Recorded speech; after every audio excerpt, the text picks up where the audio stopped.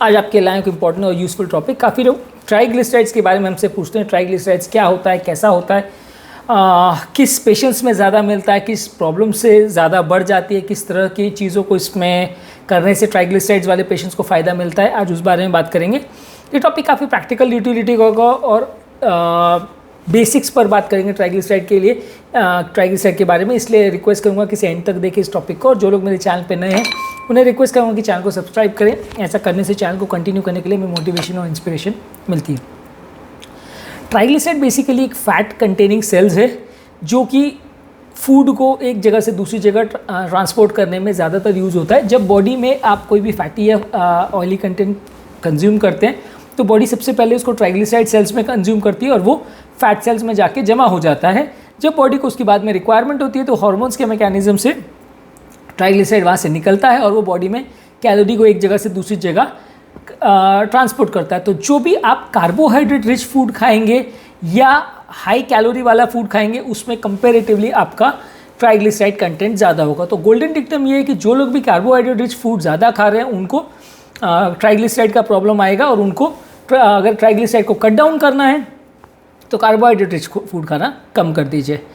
Triglyceride level जो है normal less than 150 milligrams पर डेसीलीटर माना जाता है। अगर 150 to 300 है तो बॉर्डरलाइन हाई माना जाता है। अगर 200 से लेके 150 से अगर 200 है तो बॉर्डरलाइन हाई माना जाता है। अगर 200 से 500 है तो उसे हाई माना जाता है, और 500 से ज़्यादा है तो उसे वेरी हाई माना जाता है। और यूजली अगर नॉन डायबिटिक पेशेंट हो तो 500 से ज़्यादा में हम ट्रीटमेंट करते हैं। अगर डायबिटिक पेशेंट हो तो 250 से ज़्यादा पेशेंट्स को अगर ट्राइग्लिसराइड लेवल हो तो ट्रीट करना चाहिए, क्योंकि डायबिटिक पेशेंट में ट्राइग्लिसराइड थोड़ा नुकसान करता है। ट्राइग्लिसराइड्स का एक थोड़ा एक्टिव और ऑक्सीडाइज फॉर्म डायबिटिक पेशेंट्स में रहता है, ये जो कि बॉडी के लिए थोड़ा ज़्यादा नुकसानदायक है। इसलिए डायबिटिक पेशेंट में ट्रीटमेंट का कट ऑफ थोड़ा सा कम रहता है। नॉन डायबिटिक पेशेंट में अगर 500 तक भी ट्राइग्लिसराइड हो तो वो ट्रीट करने का उतना ज़्यादा ज़रूरत नहीं है, अनलेस पेशेंट को पैनक्रियाज वगैरह का प्रॉब्लम हो। यूजली ट्राइग्लिसराइड जो है बॉडी में एनर्जी को एक जगह से दूसरी जगह ट्रांसपोर्ट करता है। ये एग्जैक्टली कोलेस्ट्रॉल नहीं होता। कोलेस्ट्रॉल बॉडी के सेल्स को बनाने में काम आता है, हार्मोन्स को बनाने में काम आता है। ट्राइग्लिसराइड बॉडी में एनर्जी सप्लाई करने के लिए इधर से उधर ट्रांसपोर्ट करने में यूज़ होता है। ज़्यादातर ट्राइग्लिसराइड जो है कुछ बीमारियों वाले पेशेंट्स में ज़्यादा मिलता है, स्पेशली अगर किसी को डायबिटीज़ या प्री डायबिटीज़ है तो उसका एक मार्कर माना जाता है। अगर किसी का ट्राइग्लिसराइड लेवल आ रहा है, ज़्यादा आ रहा है, तो उसको डायबिटीज़ के लिए चेकअप करवाना चाहिए। इसके अलावा अगर किसी को मेटाबॉलिक सिंड्रोम है या बॉडी का वजन ज़्यादा है, ओबेसिटी है, शुगर उसका लेवल्स बहुत ज़्यादा है, मेटाबॉलिक सिंड्रोम की कॉन्स्टलेशन में ये चीज़ें आती हैं, तो वैसे लोग को भी ट्राइग्लिसराइड लेवल ज़्यादा रह सकता है। और अगर किसी का थायराइड लेवल्स कम है यानी हाइपोथायरॉयडिज्म है, वैसे लोग को भी ट्राइग्लिसराइड लेवल ज़्यादा आ सकता है। कुछ जेनेटिक कंडीशंस जो बॉडी के फैट को एनर्जी कन्वर्जन्स में इफेक्ट करते हैं, उनका मेटाबॉलिक प्रोफाइलिंग ऑल्टर्ड हो जाता है, उसमें भी ट्राइग्लिसराइड लेवल ज़्यादा आ सकता है। इसके अलावा कुछ मेडिसिन की वजह से भी बॉडी में ट्राइग्लिसराइड कंटेंट ज़्यादा हो सकता है, जैसे यूरिन बनाने वाली दवाई जिन्हें डायरेटिक्स बोलते हैं, एस्ट्रोजन और प्रोजेस्टेरोन हार्मोन जो लोग लेते हैं, स्टेरॉइड्स जो लोग लेते हैं, बीटा ब्लॉकर्स लेते हैं, रेटिनॉइड्स लेते हैं, कुछ इम्यूनोसप्रेसेंट मेडिसिन और HIV की मेडिसिन से भी ट्राइग्लिसराइड लेवल्स ज़्यादा हो सकता है।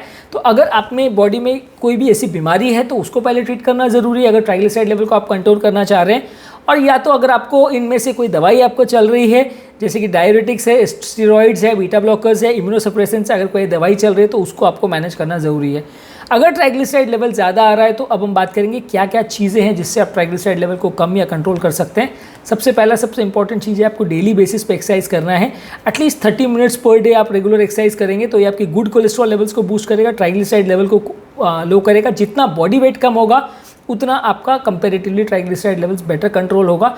जितना बॉडी वेट ज़्यादा होगा, जितना वजन ज़्यादा होगा, जितना ओबेसिटी होगा, उतना आपका कोलेस्ट्रॉल लेवल ज़्यादा होगा, उतना आपका ट्राइग्लिसराइड लेवल ज़्यादा होगा।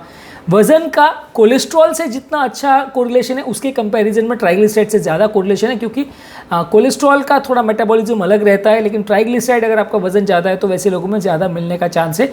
तो वेट लॉस करना है, अगर आपको वजन कम अगर आपको ट्राइग्लिसराइड लेवल्स को कंट्रोल करना है तो वजन कम करना है।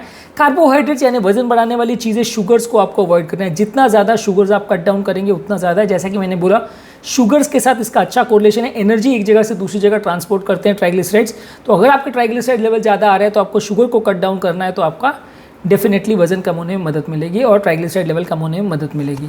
अगर आप हेल्दियर फैट्स को चूज़ करते हैं जैसे ऑलिव ऑयल, कैनोला ऑयल, ये सब कंपेरेटिवली रेड मीट और बाकी एनिमल मीट्स के कंपैरिजन में, खासकर अगर ओमेगा 3 फैटी एसिड्स वाली फिशेज है जैसे मैक्रेल और सैल्मन है, ये कंपेरेटिवली आपके फैट कंटेंट को, ट्राइग्लिसराइड कंटेंट को कम करते हैं। अगर ट्रांस फैट या हाइड्रोजनेटेड फैट्स आप ज़्यादा लेते हैं तो कंपेरेटिवली आपका कोलेस्ट्रॉल कंटेंट ज़्यादा होता है और ट्राइग्लिसराइड कंटेंट ज़्यादा होता है। ये चीज़ें भी ट्राइग्लिसराइड के साथ ज़्यादा better correlated as compare to cholesterol. Cholesterol आप फैट कम करके बहुत ज़्यादा कम नहीं कर सकते, 10% तक का ही रिडक्शन कर सकते हैं, लेकिन ट्राइग्लिसराइड का लेवल में कट डाउन ज़्यादा बेटर किया जा सकता है अगर आप फैट्स का कंटेंट को कम करें। अल्कोहल भी बॉडी के ट्राइग्लिसराइड लेवल से रिलेटेड है। जो लोग को अल्कोहल बहुत ज़्यादा लेते हैं या नॉन वेजिटेरियन फूड्स में हाई कोलेस्ट्रॉल वाले फूड ज़्यादा लेते हैं, हाई फैटी फूड ज़्यादा लेते हैं, तो वो उनको ट्राइग्लिसराइड लेवल ज़्यादा होने का चांस है। अगर ऐसे कोई भी आपको चीज़ मिल रहा है, रिस्क फैक्टर मिल रहा है, तो आपको उसको कंट्रोल करना ज़रूरी है, पेशेंट को इंडिकेट करना ज़रूरी है। ये सारे चीज़ों को कंट्रोल करके मेजॉरिटी ऑफ द पेशेंट्स में आप कोलेस्ट्रॉल लेवल कंट्रोल कर लेंगे। ट्राइग्लिसराइड लेवल जहाँ अगर पेशेंट्स का ट्राइग्लिसराइड लेवल अगर नॉन डायबिटिक है और 500 को क्रॉस कर रहा है और डायबिटिक है तो 250 को क्रॉस कर रहा है, वहाँ पे आपको ट्रीटमेंट करना चाहिए। या किसी को अगर पैनक्रेटाइटिस की हिस्ट्री है तो थोड़ा जल्दी भी कर सकते हैं। सबसे कॉमनली इसमें मेडिसिन जो हम यूज़ करते हैं वो रेगुलर कोलेस्ट्रॉल घटाने वाली दवा स्टैटिन्स होती है।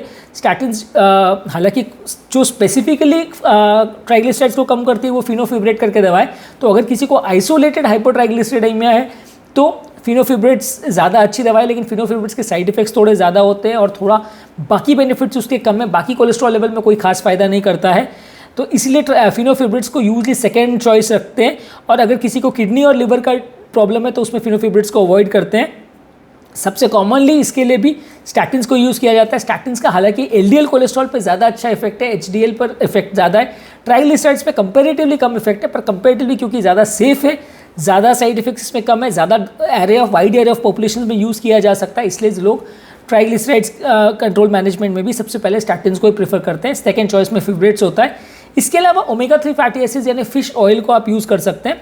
फिश ऑयल जो कि जिसमें एक्टिव ओमेगा 3 फैटी एसिड्स होता है या लोवाजा होता है, ये कंपेरेटिवली ये आप अगर प्रिस्क्रिप्शन फॉर्म में लेते हैं या नॉन प्रिस्क्रिप्शन फॉर्म में भी लेते हैं तो ट्राइग्लिसराइड लेवल को कम करता है, एचडीएल को बढ़ाता है, हार्ट अटैक से होने वाली मृत्यु को कम करता है। एक स्पेसिफिक अमाउंट में इसको लेना चाहिए, दिन भर में आधा चम्मच या 1/4 चम्मच ही इसको लेना चाहिए, बहुत ज़्यादा नहीं लेना चाहिए। ऐसा नहीं है कि ट्राइग्लिसराइड लेवल अगर आपका 800 हो गया तो आप उसके लिए दिन भर में पूरी बॉटल को ख़त्म कर दिया तो आपको जल्दी ख़त्म हो जाएगा। ट्राइग्लिसराइड वैसा नहीं है, उसके लिए तो मेडिसिन ही लेना पड़ेगा आपको। लेकिन हाँ, फिश ऑयल को आप नॉन मेडिसिनल फॉर्म में भी अगर ले तो भी कुछ बेनिफिट्स आपको मिलेगा। कितना एग्जैक्टली रिडक्शन होगा वो कह पाना थोड़ा मुश्किल है। इसके अलावा नाइसिन करके एक मेडिसिन होती है जो एचडीएल बढ़ाने के लिए ज़्यादातर यूज़ किया जाता है, वो एलडीएल को भी कम करता है, लेकिन हाँ ट्राइग्लिसराइड्स पे उसका अच्छा इफेक्ट है। पर नाइसिन्स के साथ सिग्निफिकेंट साइड इफेक्ट्स होते हैं, चेहरे पे फ्लशिंग होना, कुछ रिएक्शंस वगैरह होने का भी चांस कंपेरेटिवली ज़्यादा रहता है। नाइसिन लोग टॉलरेट कंपेरेटिवली कम कर पाते हैं, इसलिए इवन एचडीएल बढ़ाने के लिए भी और ट्राइग्लिसराइड कम करने के लिए भी, दोनों के लिए इस चीज़ को बहुत कम यूज़ किया जाता है। मुझे याद नहीं पड़ता लास्ट मैंने कितने साल पहले नाइसिन को यूज़ किया था। कंपेरेटिवली लेस टॉलरेटेड मेडिसिन है, मार्केट में इजीली अवेलेबल भी नहीं है, बहुत कम कंपनीज इसे मार्केट करती हैं क्योंकि उतनी टॉलरेटेड मेडिसिन नहीं है। और जितने भी स्टडीज़ इसके साथ हुए हैं कि मोर्टेलिटी कम करे या पेशेंट का मृत्यु दर कम करे, कंडीशन इंप्रूव करे, वो ज़्यादातर स्टडीज़ इसके साथ फेलियर हुए हैं, इसलिए ये ज़्यादा रिकमेंडेड मेडिसिन नहीं है। तो आज का टॉपिक में बेसिक हम ट्राइग्लिसराइड के बारे में बात की। जिन लोग को भी अगर ट्राइग्लिसराइड का प्रॉब्लम है या ट्राइग्लिसराइड लेवल ज़्यादा आ रहा है तो पैनिक करने की ज़रूरत नहीं है, ये उतना ज़्यादा डेंजरस नहीं है अनलेस आप डायबिटिक हो। डायबिटीज़ कंट्रोल करिए, वजन कम करिए, शुगर कम करिए, फैट कम करिए, आपका अपने आप ट्राइग्लिसराइड कम हो जाएगा। फिर भी अगर ठीक ना हो या कोई आपका इंट्रैक्शन वाली मेडिसिन वगैरह नहीं हो, आप स्टेरॉइड या बीटा ब्लॉकर्स वगैरह पे नहीं हो, तो आप स्टैटिन्स और फिनोफिब्रेट्स ये दो मेडिसिन ज़्यादातर ट्राई कर सकते हैं। ओमेगा 3 फैटी एसिड्स भी ट्राई कर सकते हैं, पर कंपेरेटिवली तीनों का कॉम्बिनेशन भी काफ़ी केसेस में यूज़ किया जाता है जहाँ ट्राइग्लिसराइड लेवल बहुत ज़्यादा हो। मेरे चैनल का बेसिक पर्पज़ ये है कि हार्ट और हेल्थ से रिलेटेड साइंटिफिकली करेक्ट इन्फॉर्मेशन हम आपके लिए इजीली अवेलेबल करते हैं, ताकि इस तरह के कंटेंट के लिए आपको भटकना नहीं पड़े, आपको जगह जगह इधर उधर हाथ पाँव नहीं मारना पड़े। ज़्यादातर लोग इस तरह के कंटेंट के लिए अपने डॉक्टर्स और फ्रेंड्स और रिलेटिव्स पर डिपेंड करते हैं, पर डॉक्टर्स कई बार टाइम कंस्ट्रेंट की वजह से सारी चीज़ें नहीं बता पाते हैं, और फ्रेंड्स और रिलेटिव से मिली हुई इन्फॉर्मेशन कई बार आधी से आधी गलत होती है, जिसको फॉलो करने से फ़ायदा होने के बदले कभी कभी नुकसान हो जाता है। हम चाहते हैं कि हमारे पेशेंट्स को इस तरह का कंटेंट ईजिली अवेलेबल हो, ताकि वो अपने पेशेंट को बेटर मैनेज कर सके, उनकी बीमारी को ठीक कर सके, उनको समझ सके और एक जनरल अवेयरनेस क्रिएट हो। यदि आपको हमारे चैनल का कॉन्सेप्ट अच्छा लगता है तो वीडियोस को लाइक कीजिए, चैनल को सब्सक्राइब कीजिए। यदि आपको लगता है कि कंटेंट आपके फ्रेंड्स और रिलेटिव्स के लिए यूजफुल है तो लिंक को उनके साथ शेयर कीजिए। और यदि आपके कोई कमेंट्स, क्वेरी, सजेशंस हैं या कोई पर्टिकुलर केस रिलेटेड आप कुछ बात करना चाहते हैं या कोई टॉपिक्स पर आप चाहते हैं फ्यूचर में वीडियोज़ बनाए तो नीचे कमेंट सेक्शन में उनके बारे में बताएं ताकि फ्यूचर में उन टॉपिक्स को हम कवर कर सकें। अंत में मैं डॉक्टर नवीन अग्रवाल तहे दिल से आपका शुक्रिया अदा करूँगा कि आपने मेरे टॉपिक को समझा और उसे अंत तक देखा। होपफुली ट्राइग्लिसराइड के बारे में एक जनरल अवेयरनेस आपके मन में क्रिएट हुई होगी। जो लोग मेरे चैनल पर नए हैं उनसे रिक्वेस्ट करूँगी चैनल को सब्सक्राइब करें। ऐसा करने से मेरे चैनल को कंटिन्यू करने के लिए मोटिवेशन और इंस्पिरेशन मिलती है ताकि हम अपना अच्छा काम कंटिन्यू कर सकें। Thank you.